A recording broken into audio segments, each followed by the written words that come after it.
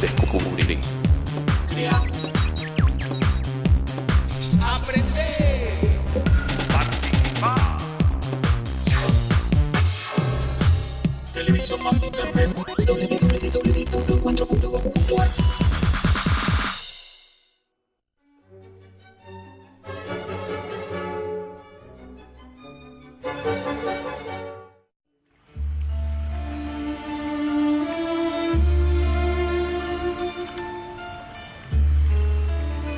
Un anciano indigente se encuentra sentado a un costado de la calle.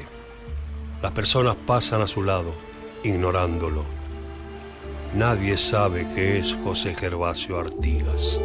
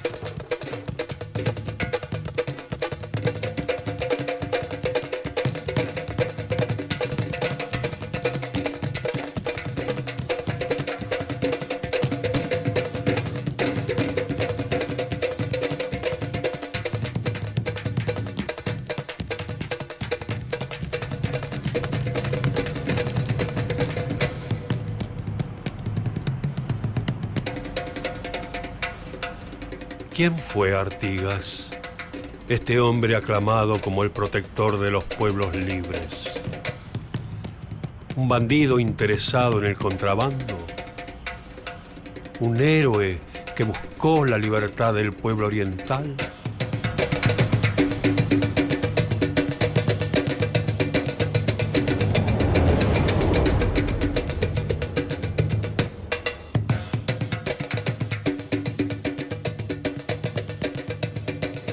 Los bárbaros desorganizadores como Artigas, a quienes hemos enterrado históricamente. Caudillos oscuros, caracteres viriles fortalecidos en las fatigas campestres, acostumbrados al desorden y a la sangre, sin nociones morales, rebeldes a la disciplina de la vida civil, que acaudillaron aquellos instrumentos enérgicos y brutales que rayaban en el fanatismo. Los primeros mitos y leyendas que surgen en torno a Artigas, que Artigas era un anarquista, era un bandido, era un hombre bruto. Tanto Mitre como Sarmiento, que son personas muy hostiles al gaucho en general, y a los indios en general, y a los negros en particular, son personas que tenían una gran brillantez, son esa dualidad que tienen, ¿no? Artigas en realidad es un jefe civil de un pueblo en armas. Y es un coordinador civil de muchos pueblos en armas.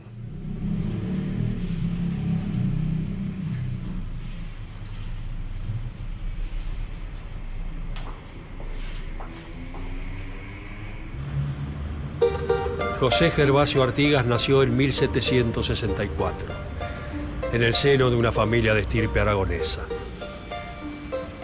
Su padre fue Martín José Artigas y su madre Francisca Antonia Arnal Rodríguez.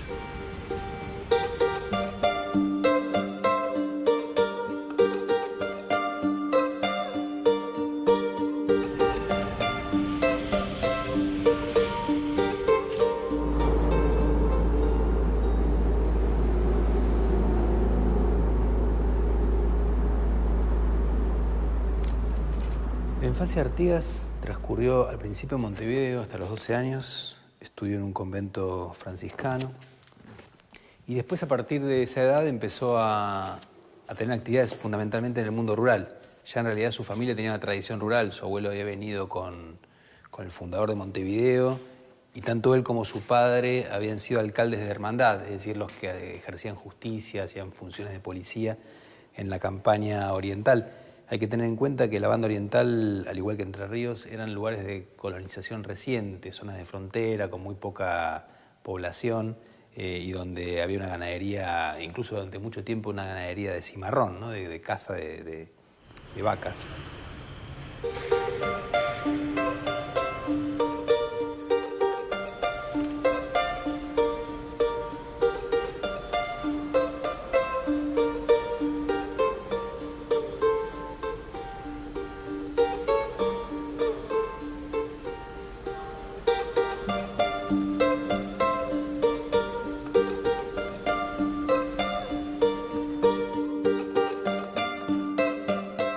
Los dos espacios más claros eran el del Cabildo, el centro de las autoridades, y el de la iglesia. Los Artigas vivían exactamente por esta línea que sube del Cabildo contra la zona de la muralla. Aquí, Juan Antonio Artigas, exactamente entre la calle de la Frontera y la calle de la Fuente, entre la calle de la iglesia y la calle del Medio, que esas eran las primeras denominaciones.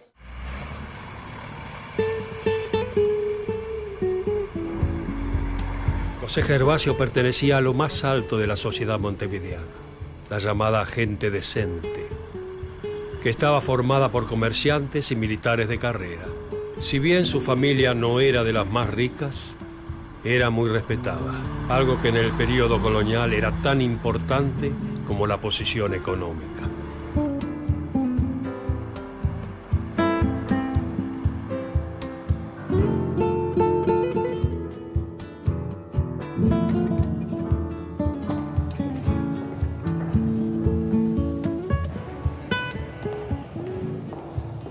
Esto es Montevideo y estos son los aledaños de Montevideo. Hay alguna pequeña casa, esto es de 1807.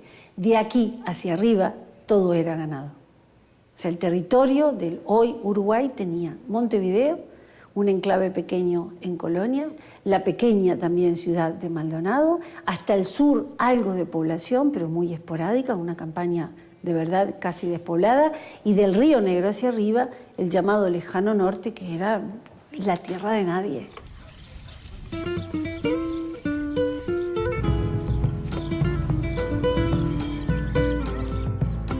La actividad ganadera se llevó a cabo de manera destructiva, con intensa matanza de ganado cimarrón para sacarle los cueros. Al mismo tiempo, se comenzó con la cría de vacas. Con el auge ganadero, muchos miembros de las élites porteñas y montevideanas empezaron a presionar para asegurar sus derechos de propiedad. Eso hizo que hubiera una gran tensión social por la tierra que no existía en la campaña de Buenos Aires.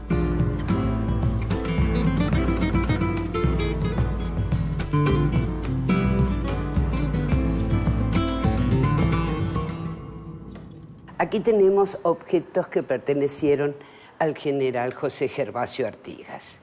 Empecemos por su mate, su tabaquera y su bombilla en la época que estaba en Paraguay. El facsímil de la bandera, que se trata de un dibujo de 1815. Estos son escritos mandados para designarlo a Artigas capitán de Blandengues. Estos son dos bastones y finalmente este escritorio de campaña que también perteneció al general José Gervasio Artigas. Artigas se casó en 1805 con una prima suya, con la que tuvo un hijo varón. Su matrimonio fue conflictivo, pues su mujer cayó en un estado de demencia. Durante su actuación como caudillo, Artigas vivió sobre todo en campamentos militares. Entretanto, su mujer y su hijo de 9 años pasaban miserias y privaciones.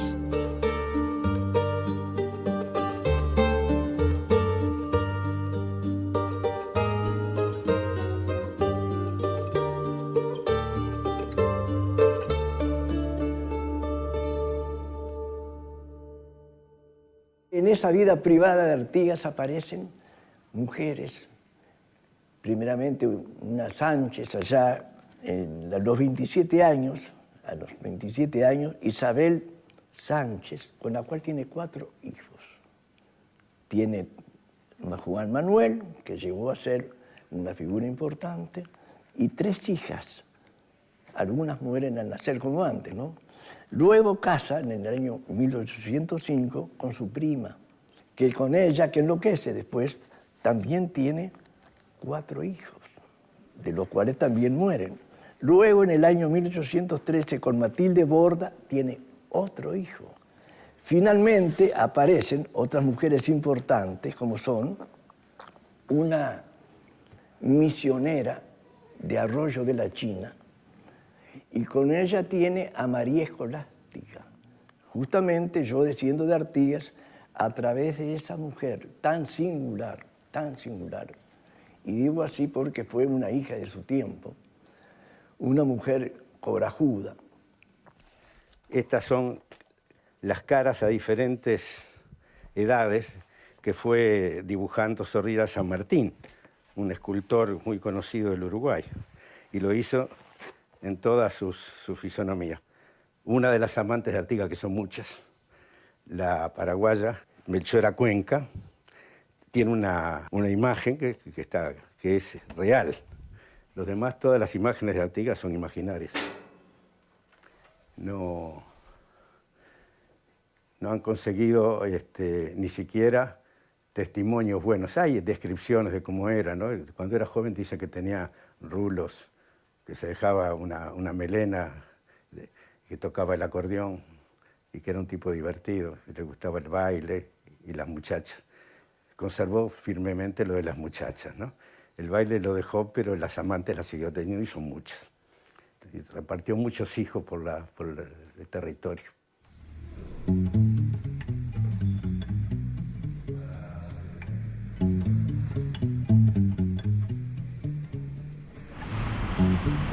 Artigas se dedicó a tareas rurales en distintas estancias, comerció cueros, es decir, compraba cueros en el norte de la banda oriental o en la región de Santo Domingo Soriano, en el río Uruguay, y los vendía después en Montevideo a copiadores que después los exportaban.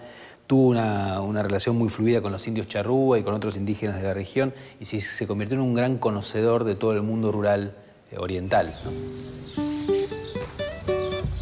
A los 33 años ingresó como soldado raso al recién creado Cuerpo de Blandengues de Montevideo. Una milicia que tenía como fin proteger las fronteras. Artigas participó del control de los avances portugueses en la frontera norte y en la lucha contra el contrabando y el pillaje. También tomó parte en los esfuerzos de la corona española para fundar pueblos en la banda oriental. Desde este momento, su popularidad fue grande como sostén del orden.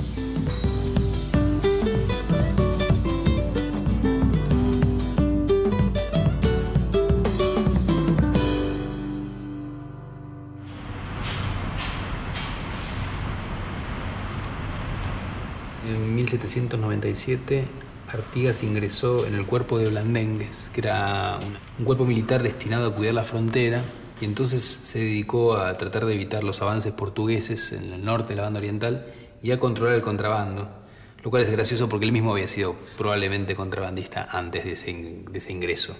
Y en 1800 acompañó a Félix de Azara, que era un funcionario enviado por la corona española para tratar de organizar la banda oriental y fundar pueblos, organizar a la población, y él lo asistió durante un tiempo. Aprendió mucho de ese funcionario borbónico y después iba a aplicar muchas de esas cosas en la propia reforma que él va a hacer, la reforma agraria que va a hacer a partir de 1815, después de la Revolución. En 1806, durante la primera invasión inglesa a Buenos Aires, Artigas desempeñó un importante papel, llevando y trayendo mensajes de Santiago de Liniers. Cuando comenzó la revolución, era un personaje con una vasta experiencia y sólidas relaciones en la campaña oriental. Artigas abandonó el regimiento de Blandengues, situado en Colonia del Sacramento. Costeó el río Uruguay y pasó a Santa Fe. Su objetivo era llegar a Buenos Aires y ofrecer sus servicios a la Junta Patriota. Una nueva etapa comienza en el Río de la Plata y en la vida de José Gervasio Artigas.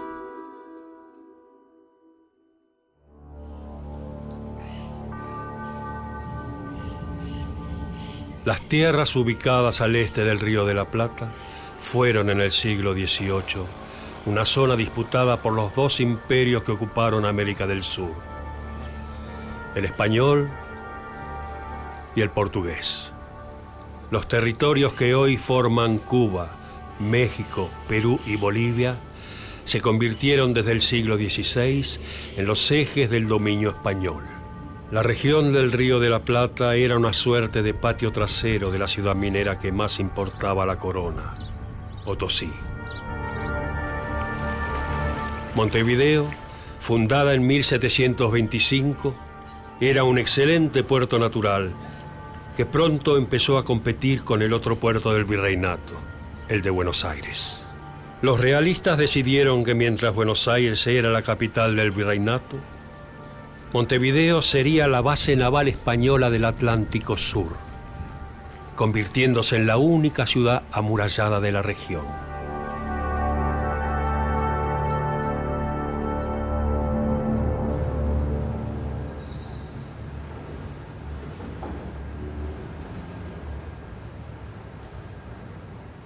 Vamos a tratar de ubicarnos dónde estamos en este momento situados.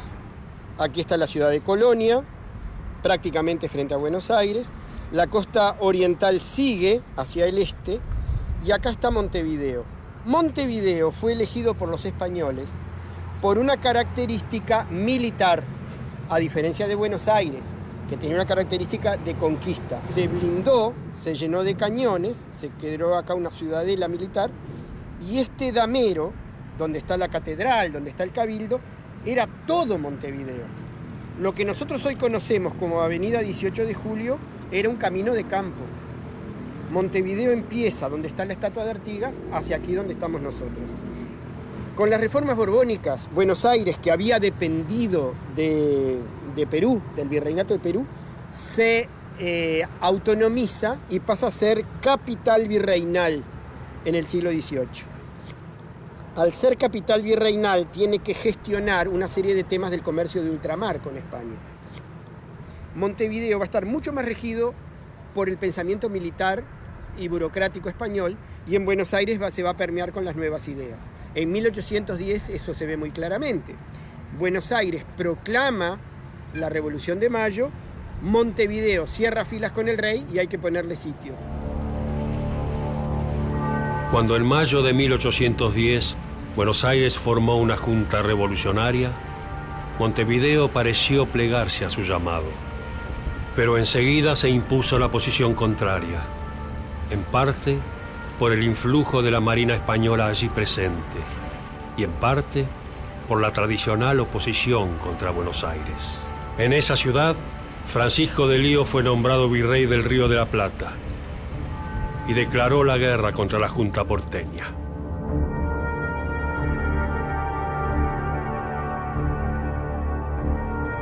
A mediados de febrero de 1811, la campaña oriental se levantó en armas contra la decisión de Montevideo y a favor de la Revolución de Buenos Aires. El comienzo de ese movimiento se lo conoció como Grito de Ascencio y sería decisivo para Artigas. Es el comienzo de su carrera política, de su vida como caudillo.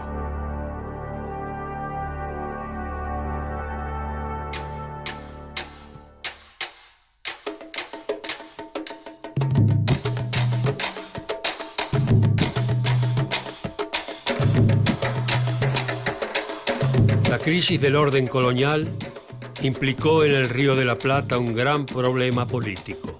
¿Quién iba a mandar? ¿Y por qué? Desde ese momento.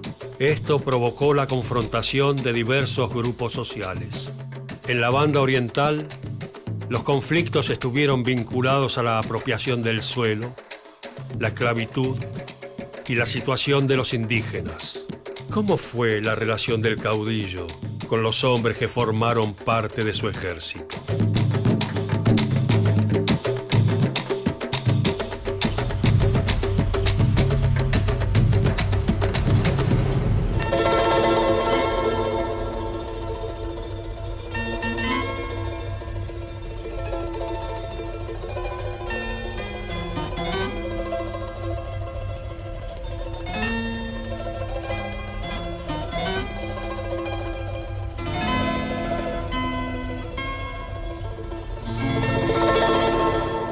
Muchas de sus compañeras fueron indígenas. El relacionamiento con los afrodescendientes también fue desde la niñez, desde aquellos esclavos que estuvieron alrededor de él en su infancia. Muy respetuoso de la libertad. Por eso creo que pasó tanto tiempo en las praderas y conociendo el territorio. Y por eso yo creo que a la hora de la lucha, pequeños batallones de indígenas podían enfrentar batallones que venían con la experiencia de Europa. O sea, un dominio estratégico de nuestro país. Los charrúas, evidentemente, si hablábamos que tenían 5.000 años, sabían dónde estaban los pasos de los ríos, dónde pegar y luego hacer una especie de guerra de guerrillas que fue tremenda para todos los ejércitos que pusieron sus pies por acá.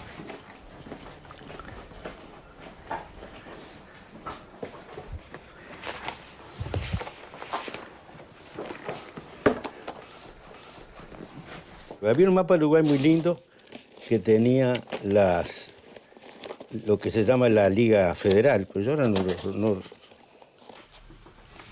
Acá hay un mapa del Uruguay, pues. No sé cómo fotografía esto. España defendía su frontera mandando ejércitos al desierto y Artigas era un oficial de los que estaba ahí. Por eso él hizo una relación especial con esos indios, porque era su territorio. Pero antes de eso, el abuelo de Artigas fue el que hizo todos los acuerdos con los indios cuando Montevideo no tenía murallas y los indios podían atacarla. Y entonces el viejo Artigas, que se llamaba Juan Antonio, abuelo de Artigas, era el encargado de salir a buscar a los caciques y hacer la paz cuando los caciques amenazaban tomar Montevideo en un malón.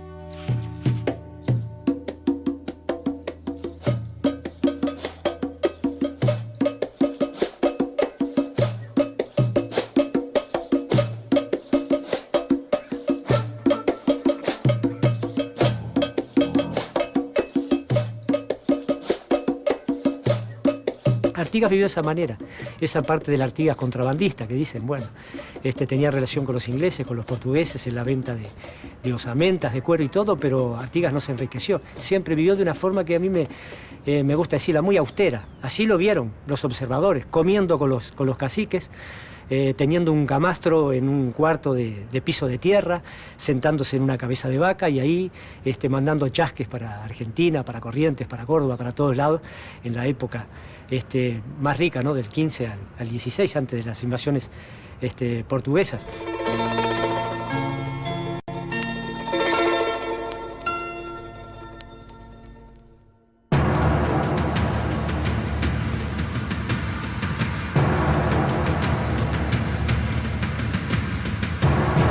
En marzo de 1811, Artigas llegó a Buenos Aires para ofrecer sus servicios a la Junta.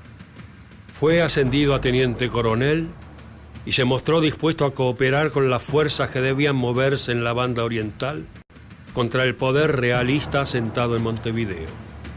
Fue en este lugar en donde se produjo el primer triunfo de las fuerzas revolucionarias al mando de Artigas.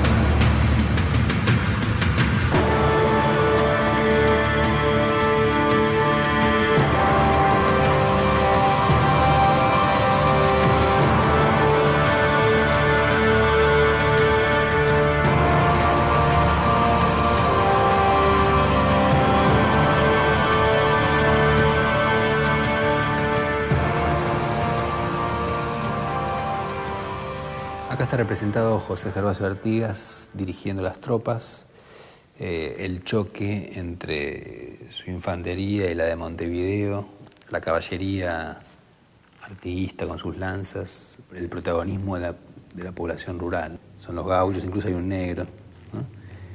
un cura mostrando justamente la adhesión de los curas rurales a la revolución. Entonces el gobernador de Montevideo, que fue nombrado el último virrey, Elío, saca sus tropas para enfrentar el levantamiento rural y más o menos los 1000 efectivos que tiene, bastante irregulares, que tiene Artigas, van a chocar con los 1200 y algo que traía Elío, pero hay 200 que se pasan al bando de Artigas antes de la batalla. El choque es bastante rápido, la batalla es a la mañana, triunfan los artiguistas, en la batalla muere poco después el hermano de Artigas, Manuel, y el resultado es muy favorable a los patriotas y obliga a los realistas a refugiarse en Montevideo y en Colonia, sobre todo en Montevideo, que como ciudad amurallada puede resistir. Una cosa interesante es que no es una batalla entre españoles y orientales, sino que el grueso de los dos bandos son orientales. Es decir, los realistas de Montevideo, muchos de ellos algunos eran españoles, pero muchos eran montevideanos. El principio de la guerra de independencia, en realidad, más que una guerra entre españoles y patriotas, es una guerra civil entre americanos, ¿sí?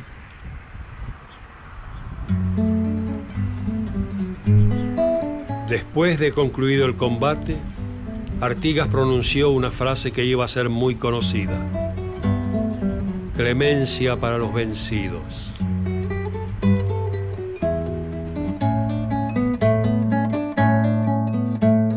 Y en este cuadro famoso se reconstruye en el momento que recibe la espada de Posadas, del español Posadas, ya vencido por las fuerzas patriotas. Fue la primera batalla que se libra en el proceso de liberación del Río de la Plata.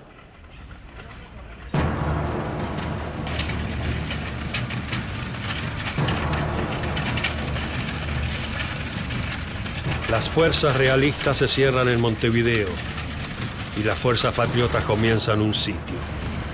Pero las fortificaciones de Montevideo son más fuertes que la débil artillería revolucionaria. En esta pelea de dos, aparece un tercero en discordia: los portugueses, que con la excusa de ayudar a Montevideo intentan cumplir su sueño de ocupar el territorio oriental. Ante esta situación, el virrey Elío aprovecha para negociar con los porteños y obtener un poco de aire. Ambos bandos deciden pactar para evitar el avance del enemigo tradicional. Acá se puede ver la muralla de Montevideo con la única puerta que todavía se mantiene en la ciudad, ¿no? Ante la amenaza del enemigo tradicional, que era para los españoles Portugal, Elío, que es el que maneja Montevideo, y los porteños, que estaban al mando de Zarratea, negocian un armisticio. Es decir, una paz transitoria en la cual se retiran los porteños ante la amenaza portuguesa. Pero Artigas no está contento con eso, él prefiere enfrentar a todos, también a los portugueses, y a su vez se retira, hace lo que se llama exo oriental, y una gran cantidad de familias orientales lo siguen y se retira a Entre Ríos, ¿sí? La situación es complicada porque intervienen también los británicos y finalmente por la mediación de ellos los portugueses se retiran, ¿sí? Un tiempo más tarde vuelven a iniciarse las hostilidades entre Montevideo y los revolucionarios, y los porteños y Artigas vuelven a sitiar a fines de 1812 Montevideo durante un tiempo largo, pero ahí empiezan a haber bastantes desavenencias entre Artigas y los porteños, ¿sí? Artigas va a empezar a resistir la injerencia porteña, el centralismo de los gobiernos revolucionarios con sede en Buenos Aires, y comienza una relación muy tensa que va a ir llevando de a poco hasta un rompimiento.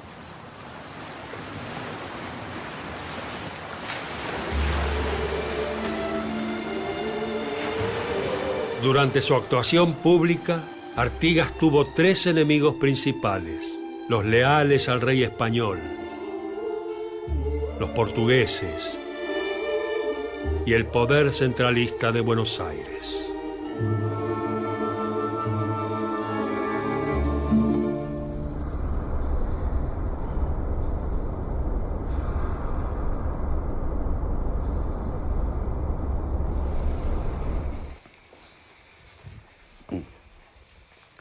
Mirá, el archivo Artigas se abarca de acá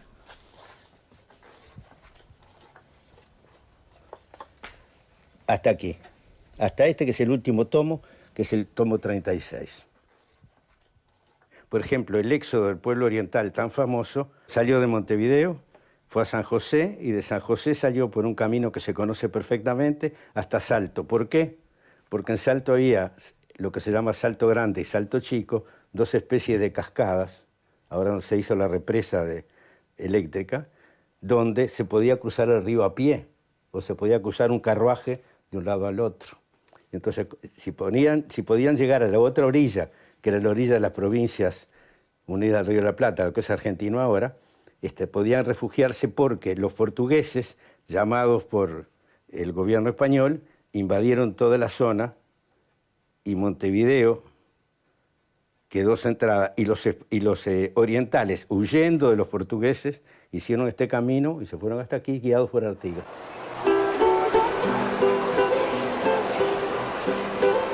En enero de 1813 se instala en Buenos Aires una Asamblea General Constituyente. Artigas envió a sus diputados por la banda oriental con instrucciones que exigían la independencia absoluta respecto de España,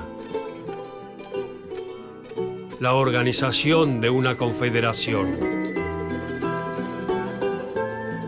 la adopción del sistema republicano de gobierno. Las instrucciones representaban una amenaza al poder hegemónico de Buenos Aires.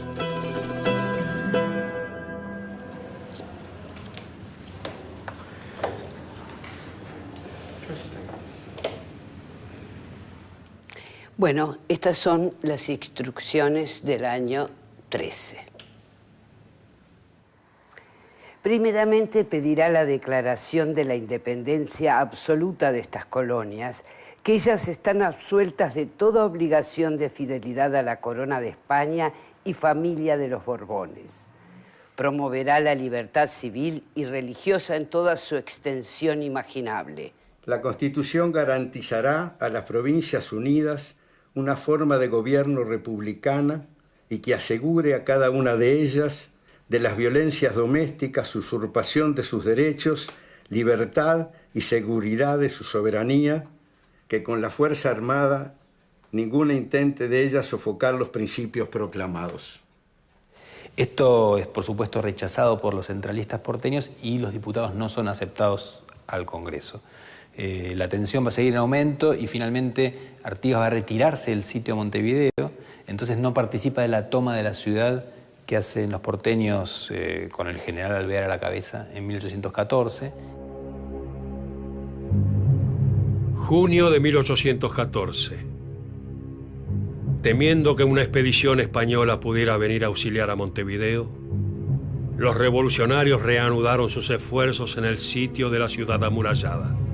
Vencieron a los barcos realistas en el río y finalmente lograron que se rindiera al general Carlos de Alvear. Y de hecho, a partir de ese momento va a empezar un enfrentamiento entre las tropas revolucionarias porteñas que ocuparon Montevideo e intentan controlar la banda oriental y las tropas de Artigas que logran finalmente, hostigándolas y venciéndolas en algunos combates, hacer que los porteños se retiren.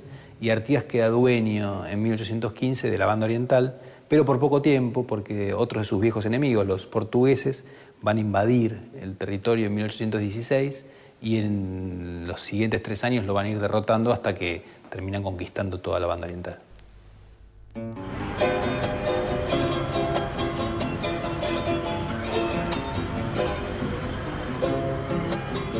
Artigas quería fundar una república en el Río de la Plata, basada en el respeto de la soberanía de los pueblos, la libertad civil y la igualdad.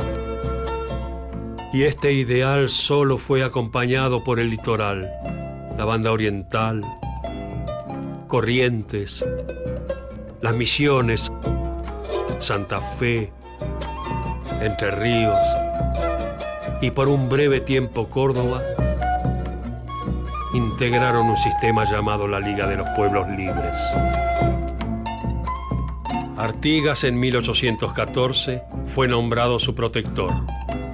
El territorio revolucionario quedó dividido en dos: las Provincias Unidas, dirigidas por Buenos Aires, y la Liga de los Pueblos Libres.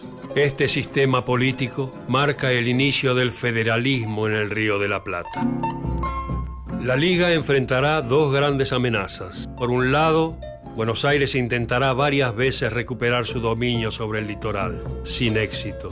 Por otro lado, los portugueses intentarán apoderarse nuevamente de la banda oriental. Los orientales resistirán 4 años, pero finalmente son derrotados. La invasión portuguesa termina con el proyecto que Artigas había iniciado en 1815: expropiar las tierras de los estancieros enemigos para repartirlas entre los seguidores más humildes del caudillo.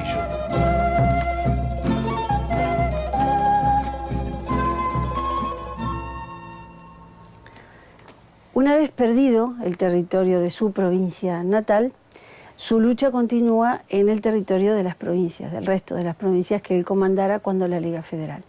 Liga Federal que le estaba infligiendo una derrota importante a Buenos Aires en esa pugna entre la capital y las provincias, pero que a medida que él como jefe guerrero comienza a tener derrotas militares, comienzan a desobedecerle, lo cual decide a hombres como Ramírez y López bueno, si este señor mayor, además, el viejo solían decirle en los documentos, no tiene el control de su propia provincia, ¿por qué esta liga que está siendo victoriosa frente a Buenos Aires tiene que obedecerle? Con lo cual le dan vuelta su mandato, acuerdan por su parte con Buenos Aires, lo cual es tildado por parte de Artigas como una traición, la traición de Ramírez, la traición de López, pero el hombre más sobresaliente en ese momento es Ramírez, y no le resta sino intentar los últimos apoyos. Va sumando derrotas, corre 11 días a lo largo del Miliñay, perseguido de cerca por las tropas de Ramírez, y finalmente no le queda otro camino que Paraguay. Y le pide permiso al dictador Gaspar Rodríguez de Francia para ingresar a tierras paraguayas en un pedido en el que expresamente dice: si usted me permite entrar, ingreso, de lo contrario, me iré a los montes con los indígenas. Artigas el protector de los pueblos federales está entrando en sus finales. Le va de mal en peor. Y Artigas no aparece nunca más ni en la vida pública, ni acepta volver a su territorio, y muere de viejo, de vejez, en un mundo muy violento. Se permitió morir de viejo, amparado, aunque recluido y vigilado en Paraguay. Va a ser un periodo de expiación de su culpa, que en todo caso fue la culpa de soñar un territorio mayor, la famosa Patria Grande. Y en la tierra del Ombú la libertad ya no crece, pues mandan los portugueses de Melo hasta Paysandú. Pensar que fue en su esplendor el dueño de las cuchillas, y hoy en guerra de guerrillas debe mostrar su valor.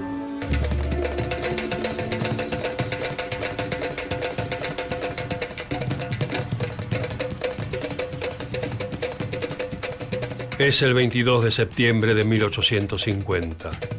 Artigas se retuerce de dolor.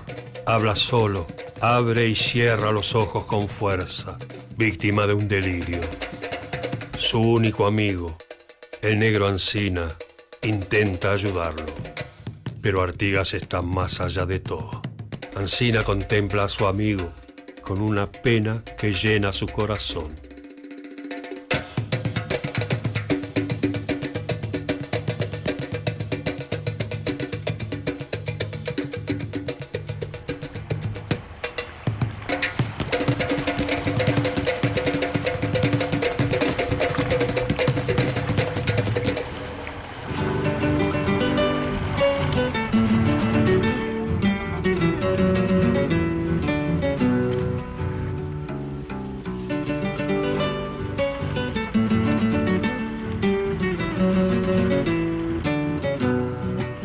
Vidalita, acordate de José Artigas y endulzate la boca cuando lo digas.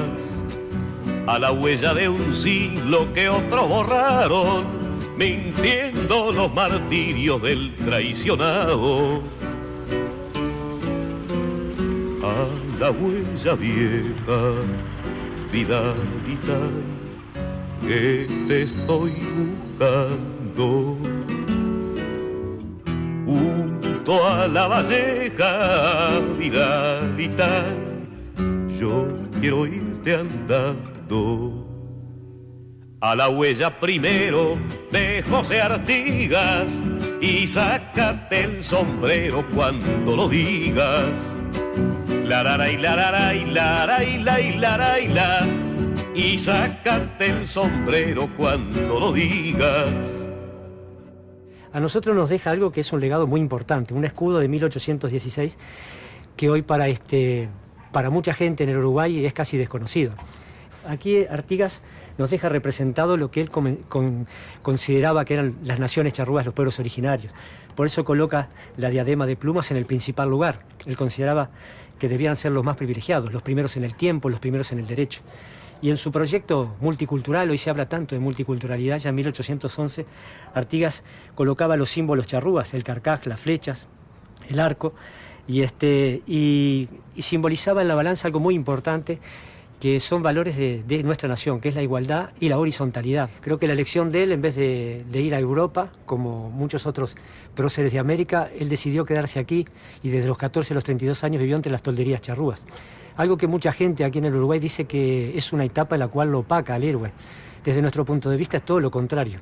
Si uno puede descifrar esas claves, uno ve realmente lo que dijo y lo que hizo, principalmente Artigas con sus hechos. Y ser amigo de los indios y decir que los indios eran factores importantes para la historia de Artigas es como disminuirlo, porque los indios eran los de los malones, los malos. En las películas del oeste, el 90% de los indios son terribles. Algunas, de pronto, vienen y defienden lo que se puede defender. Los malones son indefendibles, pero había otras formas de vinculación humana que son defendibles.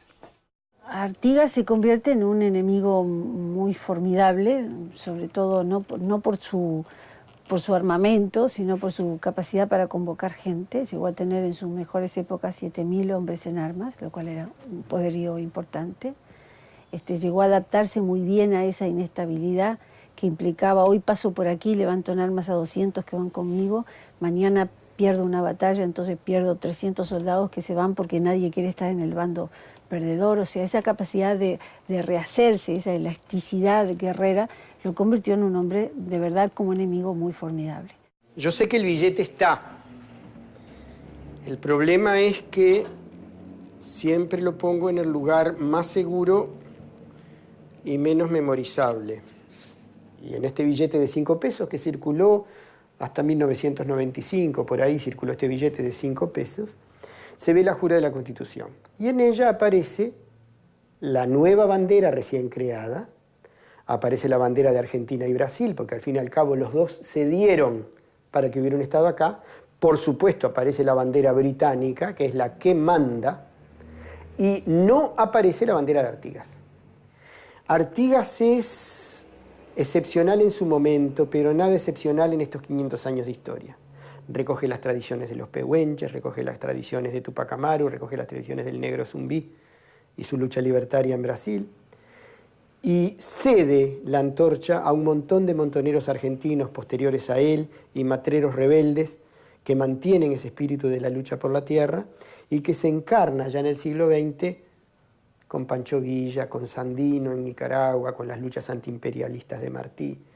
Es decir, estos 500 años de resistencia multicultural de nuestra América contra los imperios, en algún momento el vórtice del huracán pasó por Tierra Oriental, hoy no lo está acá, y en ese momento la tierra parió un Artigas. Durante el siglo XIX, distintos historiadores, principalmente Bartolomé Mitre y Vicente Fidel López, que son los fundadores, digamos, de la historiografía argentina, condenaron a Artigas como un gran desorganizador, como un caudillo del mal, casi un compendio de todos los males, ¿sí? Mientras que se iba convirtiendo en el gran héroe nacional uruguayo, claramente. Ahora, nosotros tenemos que pensar a Artigas no como un personaje uruguayo, sino justamente como el primer gran caudillo rioplatense, cuya acción es anterior a la existencia de Argentina y Uruguay como naciones, ¿no? Es decir, en esa época no existían todavía. Argentina y Uruguay son productos posteriores a la independencia. Y Artigas es fundamental para nuestra historia rioplatense porque es el primer gran impulsor del federalismo, el primer gran impulsor del republicanismo y una figura sin la cual no podemos entender la independencia ni de Argentina ni de Uruguay.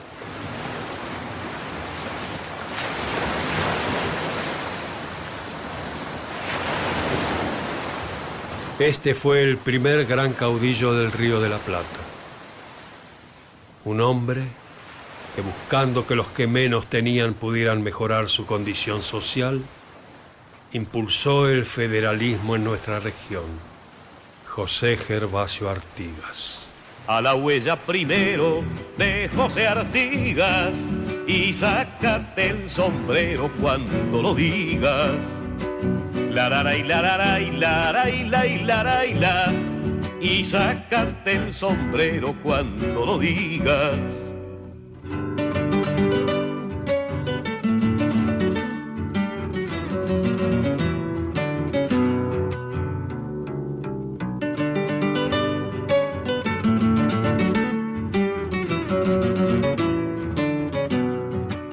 Vidalita orientala, lejana y pura, a la patria cantana sin amargura.